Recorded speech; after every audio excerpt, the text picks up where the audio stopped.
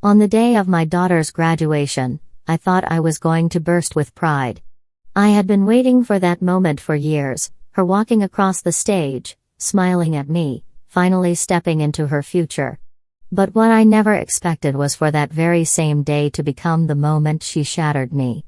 That was the day she looked me in the eyes, in front of strangers, and told me I embarrassed her. My name is Michael. I'm 52 years old, a single father, and for the last 18 years my life has revolved around my daughter, Emily. Ever since her mother walked out on us when Emily was just 4, I promised myself I would give her everything. Not just love and stability, but opportunity, the kind of opportunity I never had growing up. I worked 2 jobs for years, one at the auto repair shop during the day, and night shifts stocking shelves at the grocery store. I told myself it was temporary, just until the bills evened out.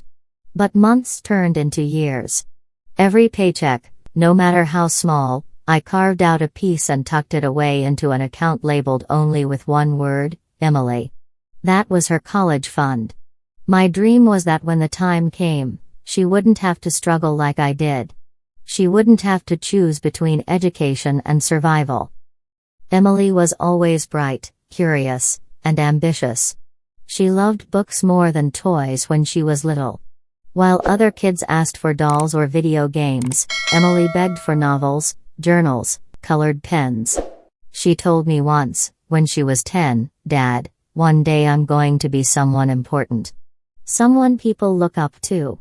And I believed her. I still do. Our relationship had always been strong, or at least, I thought so. We weren't just father and daughter, we were a team. I cooked her breakfast every morning before school, drove her to soccer practice, stayed up late helping her with essays. Every accomplishment of hers felt like a victory for both of us. When she got accepted into a prestigious university, I nearly cried. I was exhausted from years of working, but in that moment, all of it felt worth it. The graduation day should have been our triumph, our shared reward. I put on the best suit I owned, still a little tight around the waist, and carried a small bouquet of lilies, her favorite. I remember the sun was hot, beating down on the football field where the ceremony was held, and the air buzzed with excitement. Parents cheered, graduates in their gowns laughed and posed for pictures, the stage was decorated with banners and balloons. When they called Emily's name, I shot up from my seat, clapping and cheering like my life depended on it. "That's my daughter," I shouted, my voice carrying across the crowd. I wanted her to feel it, to know that all the sacrifices, all the sleepless nights, had led to this moment. But then it happened. Emily turned her head slightly as she crossed the stage, and our eyes met. I expected to see joy, pride, maybe even love. Instead, her smile faltered, her gaze hardened, and when she came down from the stage, she walked over to me, her lips pressed in a thin line. "Dad," she hissed under her breath, "you're embarrassing me. Stop yelling like that. Everyone's staring." The words hit me like a punch to the chest. My hands still clutched the bouquet, but suddenly they felt heavy, awkward.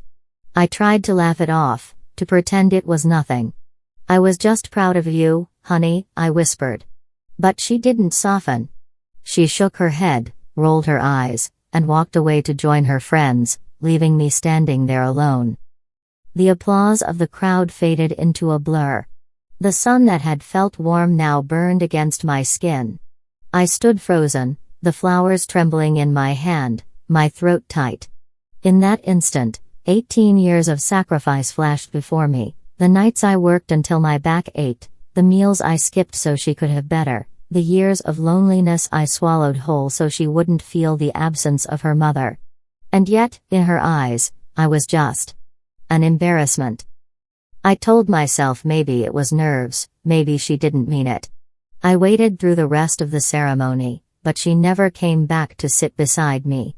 Instead, she stayed with her friends, laughing and posing for pictures while I lingered on the sidelines, clutching my phone and pretending I was busy just so I wouldn't look abandoned.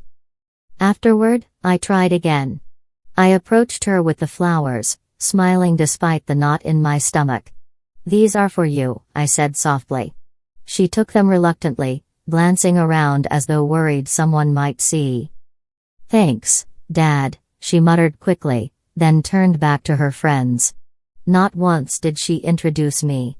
Not once did she acknowledge me as the man who had stood behind her all her life. That night, I drove home alone. The silence in the car was deafening. I replayed her words over and over, "You're embarrassing me." It wasn't just the sting of rejection, it was the realization that maybe, just maybe, the person I had poured my soul into didn't see me the way I saw her. When I got home, I sat at the kitchen table, staring at the ledger I kept in the drawer. That ledger had every detail of the college fund, the fund I had guarded like treasure. Nearly $200,000 saved over the years. I had imagined the day I would hand it over to her as a gift, a legacy of love. But in that moment, I felt something inside me crack. I thought, why should I keep sacrificing for someone who can dismiss me so easily? The thought scared me at first. I had never questioned giving everything to Emily. But as I sat there in the dim kitchen light, her words echoing in my head, the idea grew louder, sharper. For the first time, I felt not just hurt, but anger. And that was the seed of everything that followed. The days after Emily's graduation were supposed to be a time of celebration, but instead they became a slow unraveling of everything I thought I knew about my daughter. At first, I tried to brush off what happened on stage. I told myself she was just overwhelmed, caught up in the excitement of the moment, maybe embarrassed the way kids sometimes get when their parents show too much emotion. I wanted to believe it was nothing. I wanted to believe the bond we had built all these years couldn't be so easily broken by a few careless words. But the signs kept piling up. 2 days after the ceremony, Emily came home late. I was waiting up for her, dinner still on the table, untouched and cold. "Hey, I made your favorite, roast chicken," I said, forcing a cheerful tone. She barely glanced at it. "Dad, I already ate with my friends. You don't have to wait up like this. I'm not a kid anymore." Her voice carried a new sharpness, a tone I hadn't heard before. It wasn't just independence, it was dismissal. I swallowed hard and nodded, but deep inside, I felt that same knot tighten. The next week, she started dropping hints that made me uneasy. Over breakfast one morning, she casually mentioned, "Some of my friends are going on a trip to Europe this summer. It's like a graduation celebration, you know?" I was thinking maybe I could go too. I looked up from my coffee. "Europe? That sounds expensive, Emily." She shrugged, her eyes fixed on her phone. "Well, you've saved up all that money for me, haven't you? The college fund? It's my future, and this trip would be part of that, I guess." I almost choked. The college fund. To her, it was just a pile of money waiting to be used. To me, it was nearly 2 decades of sacrifice, sweat, and sleepless nights. I felt the sting of her entitlement, but I didn't want to snap. I told her gently, "Sweetheart, that money is for your education, not vacations. Europe will always be there later. Let's focus on school first." She rolled her eyes and muttered, "God, you're so old-fashioned." Then she left the table, leaving her half-eaten toast behind. That was the second crack. The third came when I overheard her on the phone a few nights later. I was walking past her room when I caught fragments of her conversation. "Yeah, he's so embarrassing. Always hovering, always acting like I owe him something just because he paid for stuff. Honestly, I can't wait to be out of here. College can't come fast enough." I froze in the hallway, my chest tightening. She was talking about me. I wanted to believe I'd misheard, that maybe she was joking, but the tone in her voice was unmistakable, cold, resentful. For the first time in my life, I didn't recognize my own daughter. Still, I tried to keep peace. I told myself maybe she was just going through a phase, lashing out in her own way. I gave her space, tried not to take it personally.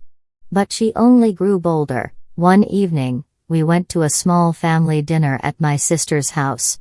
Everyone was congratulating Emily, asking about her plans. When I proudly mentioned the college fund I'd saved for her, Emily's face darkened. "Dad," she cut in sharply, "can you stop bringing that up? It's not a big deal. Everyone pays for their kids' college. You're not some kind of hero." The table went silent. My sister looked at me with pity, and I felt my face burn. I forced a smile, pretending not to be hurt, but inside, I was crumbling. To her, my years of sacrifice weren't love, they were just obligation. After that night, something shifted in me. I began to notice things I had ignored before: the way she avoided spending time with me, the way she scoffed when I offered advice, the way she treated the money I'd saved as though it were hers by right. The worst moment came a week later. She stormed into the kitchen, slamming her phone on the counter. "Dad, my friend just told me her parents are buying her a car for graduation. Why don't I have one? You've been saving money for years, what's the point if I don't get to enjoy it?" Her words dripped with entitlement, as though I had somehow failed her by not indulging every whim. My hands trembled as I set down the dish I was washing. "Emily," I said slowly, trying to keep my voice steady, "the point is to give you a future. Not to buy things you'll forget in a year. I've sacrificed everything so you could have opportunities, not luxuries." She glared at me, eyes blazing. "Maybe I didn't ask you to sacrifice. Did you ever think about that?" That cut deeper than anything she had ever said. For 18 years, I believed every sacrifice was worth it because I was building a better life for her. And now, standing there in our kitchen, she told me she never asked for it. That night, I sat alone again, staring at the ledger. Her words echoed louder this time. "Maybe I didn't ask you to sacrifice."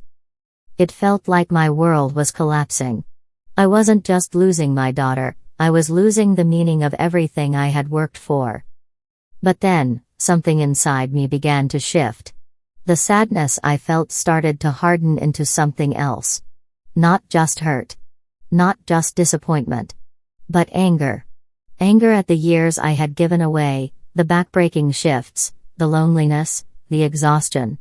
All dismissed as if it were nothing. I started to wonder if I had been blind all along. Maybe Emily had always been this way, spoiled, entitled, ungrateful, and I had just refused to see it. Maybe I had been feeding a fire that would eventually burn me alive. The tension in our house grew heavier with each passing day. Every conversation turned into an argument. Every interaction left me drained. And all the while, the ledger sat in its drawer, a silent reminder of everything I had built for her. And everything she now seemed to despise. The conflict wasn't just between father and daughter anymore. It was between love and betrayal. Sacrifice and ingratitude. Trust and resentment. And though I didn't know it yet, the storm had only just begun. I thought things couldn't get worse between Emily and me, but life has a cruel way of proving you wrong. The breaking point came one hot July afternoon, about 3 weeks after graduation. Emily had been acting more distant than ever, spending nights at her friends' houses, barely speaking to me except to make demands. The tension was unbearable, but I still clung to the hope that once college started, maybe things would settle. That afternoon, I came home early from work. I was bone tired, my shirt soaked with sweat from a long day at the garage. As I walked up the driveway, I noticed Emily's car wasn't there. But when I stepped inside, something felt off. The living room was too quiet. The curtains were drawn, though I never left them that way. I went straight to the kitchen, and that's when I saw it. The drawer where I kept the ledger and the college fund paperwork was open. Papers were scattered across the table, and my heart nearly stopped. The ledger. The account numbers. Everything was laid bare. I rushed to the drawer, my hands trembling. The folder was gone. Panic surged through me. I grabbed my phone, logged into the bank app, and what I saw made my stomach drop. The account I had built for nearly 2 decades, was nearly empty. The balance, once 6 figures, had been drained to just a few $100s. I couldn't breathe. My chest tightened, my vision blurred. I refreshed the page again and again, praying it was a mistake. But the transactions were all there. Multiple withdrawals over the past few days. Transfers. Charges. And the name attached to them made my blood run cold. Emily. She had taken it. She had taken everything. My hands shook so violently I nearly dropped the phone. I collapsed into the chair, staring at the numbers on the screen. I felt like the ground beneath me had disappeared. 18 years of sacrifice, gone in an instant, stolen by the very person I had given it all for. When Emily finally came home that evening, I was waiting for her at the table, the bank statement pulled up on my laptop. She walked in with a shopping bag slung over her arm, humming to herself. "Emily," I said, my voice hoarse. She froze for a second, then rolled her eyes. "What now, Dad?" I turned the laptop toward her. "Explain this." Her face went pale for a moment, but then she straightened her shoulders, defiant. "I took the money." "So what?" "So what?" My voice cracked. "That money was your college fund. Your future. I worked myself into the ground for you, for that, and you just stole it." Her lips curled into something between a smirk and a sneer. "Don't make it so dramatic. It's my money anyway. You said it was for me, didn't you? Well, I decided to use it how I want. College will figure itself out. I'm not going to waste my youth slaving away in some boring dorm while everyone else is living their lives." I stared at her, uncomprehending. Living their lives. "Emily, you blew through almost $200,000. What did you even spend it on?" She tossed her hair and shrugged. "Trips. Clothes. Helping my friends out. Experiences that actually matter. You wouldn't understand. You've wasted your whole life working, sacrificing, and for what? To sit here alone in this sad little house?" Her words cut deeper than knives. I felt my heart shatter into pieces I couldn't put back together. The girl I had raised, the little girl who used to fall asleep on my chest while I read her bedtime stories, was now standing in front of me like a stranger. Worse than a stranger, like an enemy. "Emily," I whispered, my voice barely holding. "Do you have any idea what you've done? You've destroyed everything. That money was all I had. I gave up my life for you." She crossed her arms, cold and unflinching. "Maybe you shouldn't have. I didn't ask you to sacrifice. I never wanted to be in your debt. And now I'm not. I'm free." Free. That word echoed in my skull like a death knell. She thought stealing everything I had made her free. She thought ripping out my heart was liberation. I slammed my fist on the table, unable to contain the rage boiling inside me. "You've ruined me, Emily. You've ruined both of us. Do you even understand that?" Her eyes narrowed, and for a moment, I saw something cruel flicker there. "You know what, Dad? You're pathetic. Always playing the martyr, always reminding me of how much you've given up. Well, guess what? I don't need you anymore. And honestly, I'm embarrassed to even call you my father." The final blow. I felt the room spin. My ears rang. My body went numb. She didn't just take my money. She didn't just spit on my sacrifice. She erased me, everything I had been to her, everything I thought we shared. She grabbed her bag, stormed past me, and slammed the door behind her. I sat there in the silence, staring at the empty chair where she had stood. The flowers from her graduation, now wilted and brown, sat in the corner of the table. I stared at them until my eyes blurred with tears. The next few days were hell. I called her again and again, but she ignored me. I checked the bank statements obsessively, watching as the last remnants of the fund disappeared into charges I couldn't bear to look at. Hotel bookings. Designer stores. Flights. I tried to reach out to my sister for support, but when I told her what happened, she just sighed. Michael, maybe you shouldn't have put so much pressure on Emily. Maybe she just needed freedom. Freedom. Everyone kept using that word, as if my sacrifice had been chains. As if loving her, giving her everything, had been some kind of prison. I stopped sleeping. I stopped eating. Every time I closed my eyes, I saw her face, cold and defiant, spitting those words, "I'm embarrassed to call you my father." The house that once felt warm now felt like a tomb. Every corner reminded me of her childhood, the drawings still taped to the fridge, the soccer trophies gathering dust on the shelf, the old stuffed bear sitting abandoned on her bed. All relics of a daughter who no longer existed. I realized then that it wasn't just the money I had lost. It was Emily herself. The girl I loved, the daughter I had raised, was gone. In her place was someone unrecognizable, someone who saw me not as a father, but as an obstacle, a wallet, a burden. And as I sat alone in the kitchen, surrounded by ghosts of the past, one thought grew louder than all the rest. She thought she had won. She thought she had broken me for good. But she had no idea what I was capable of when I had nothing left to lose. The silence that followed Emily's final betrayal was not the silence of peace. It was the suffocating quiet of a man standing in the ruins of everything he thought he knew. My father sat alone in the dim living room, the echo of her words still pulsing through his mind. His empire, his reputation, his very identity had been gutted by his own blood.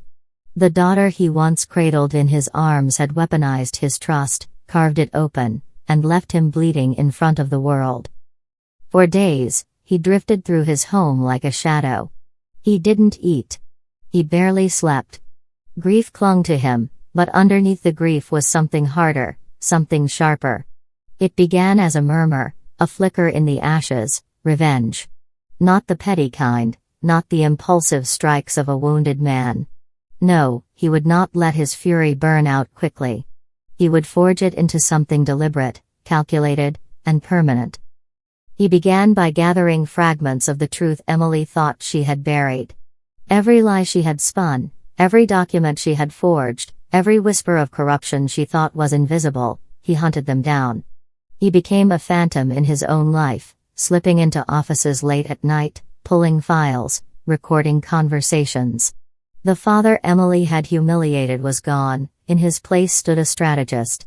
The kind of man who understood that patience was not weakness, it was the deadliest weapon of all. Weeks turned into months. He followed the trail she had left, like tracking blood drops in the snow. Emily's arrogance was her flaw, she flaunted her success too loudly, confident that no one could touch her. But she had forgotten who taught her to play the game in the first place. Every victory she claimed was rooted in knowledge he had once shared. And now, he was dismantling her with the same tools he had given her, piece by piece. The first blow was silent, invisible to her. He froze the accounts she had hidden overseas, accounts she had stolen by manipulating his company's assets. It took her weeks to notice. By then, the second blow had already landed. He leaked fragments of her schemes to the very people who once adored her. Journalists received anonymous packages. Board members found unexplainable reports on their desks. Her carefully constructed image of brilliance began to crack under the weight of suspicion. Emily fought back, of course. She was cunning, relentless, unwilling to yield. But each move she made only tightened the net around her. The father she thought she had destroyed was watching her drown in the quicksand of her own deceit. And still, he did not reveal himself. He let her flail, let her scream into the void as allies turned away and doors closed in her face. Then came the moment he had been waiting for, the wedding. The grand spectacle Emily had envisioned as the crown jewel of her life. A marriage not of love, but of power, cementing her rise in society. Every detail had been orchestrated to perfection: the towering floral arches, the string quartet rehearsing a flawless symphony, the guest list glittering with the elite. She wanted the world to see her as untouchable. But he had been waiting for this stage.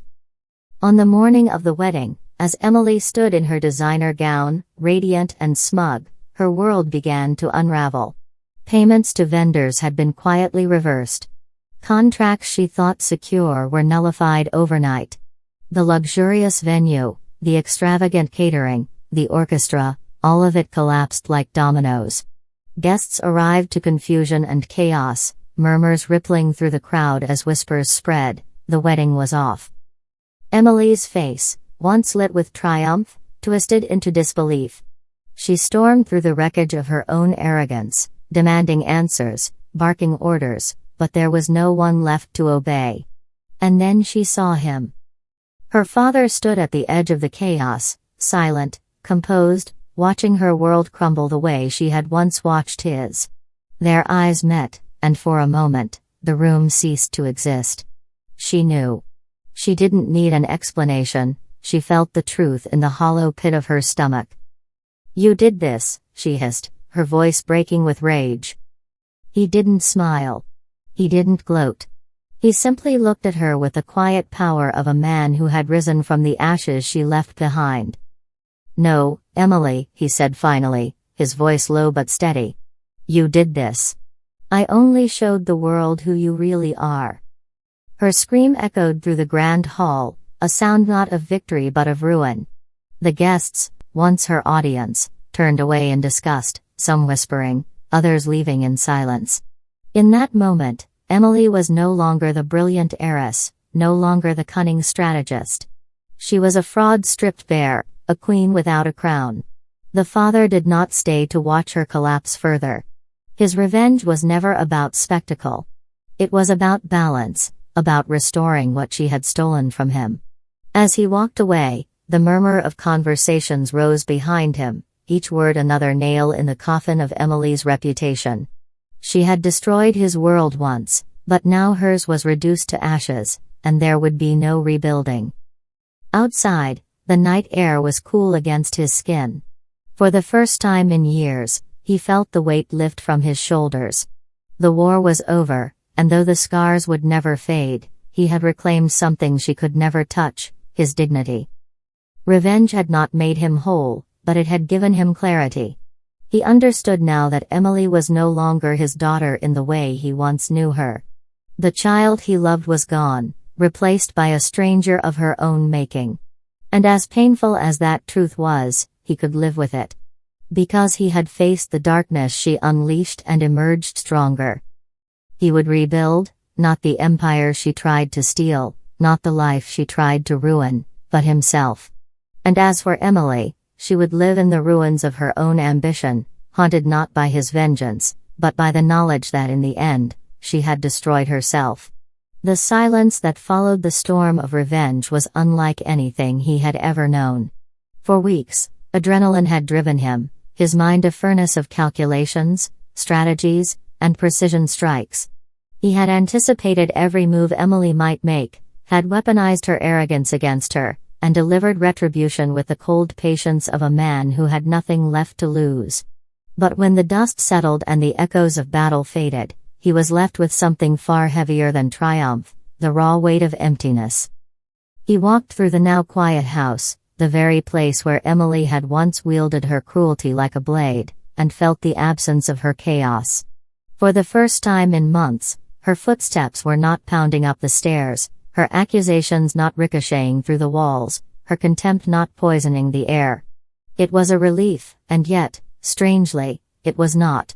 The silence felt like a hollow echo inside his chest, where grief and rage had once been his constant companions. He had won. He had proven to her, to himself, to everyone who doubted him, that he was not a man to be broken.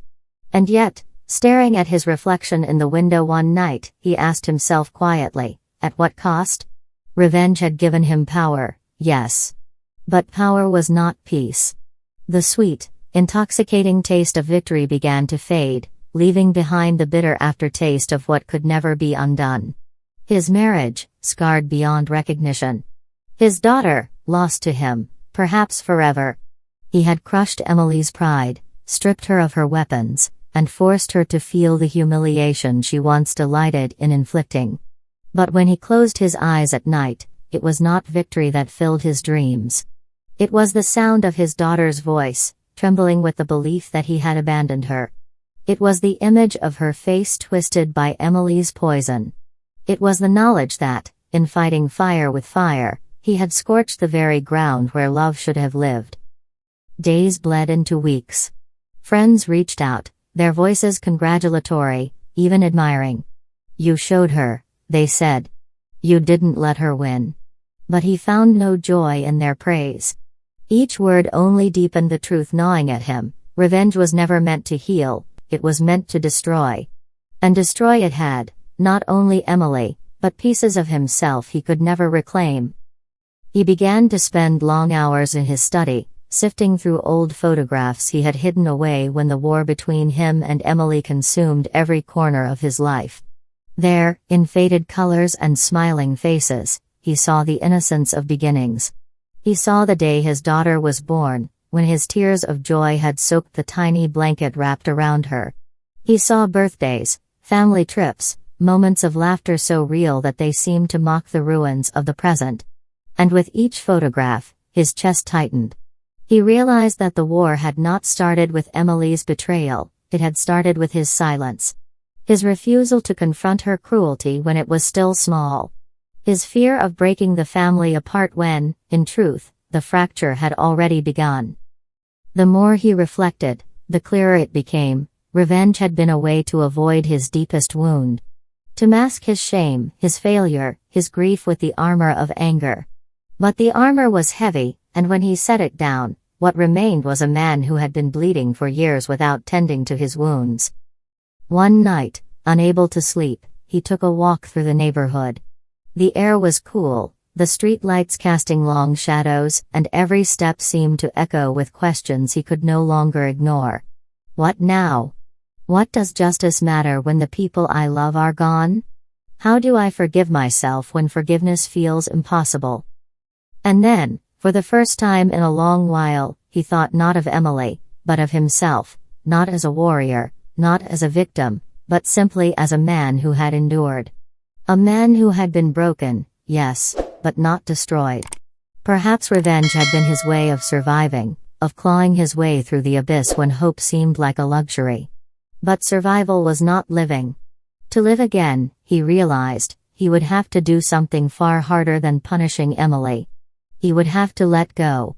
It did not happen in an instant. Letting go is not a single act, but a slow unraveling.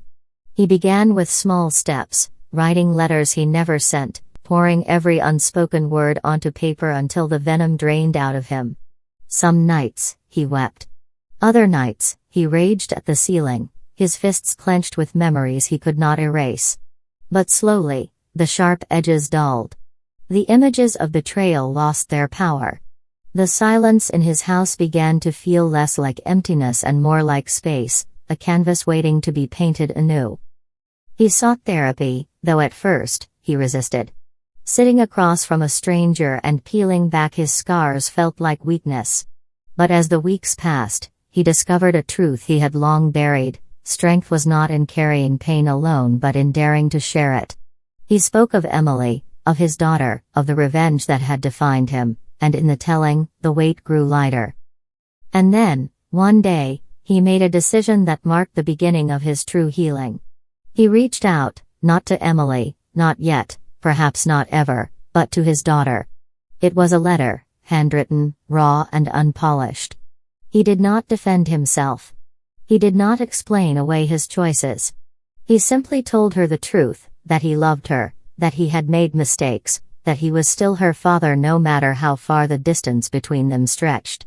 He did not know if she would read it, or if she would tear it apart. But sending it was not about the outcome. It was about the act of opening his heart again, even after it had been shattered. As the seasons changed, so did he.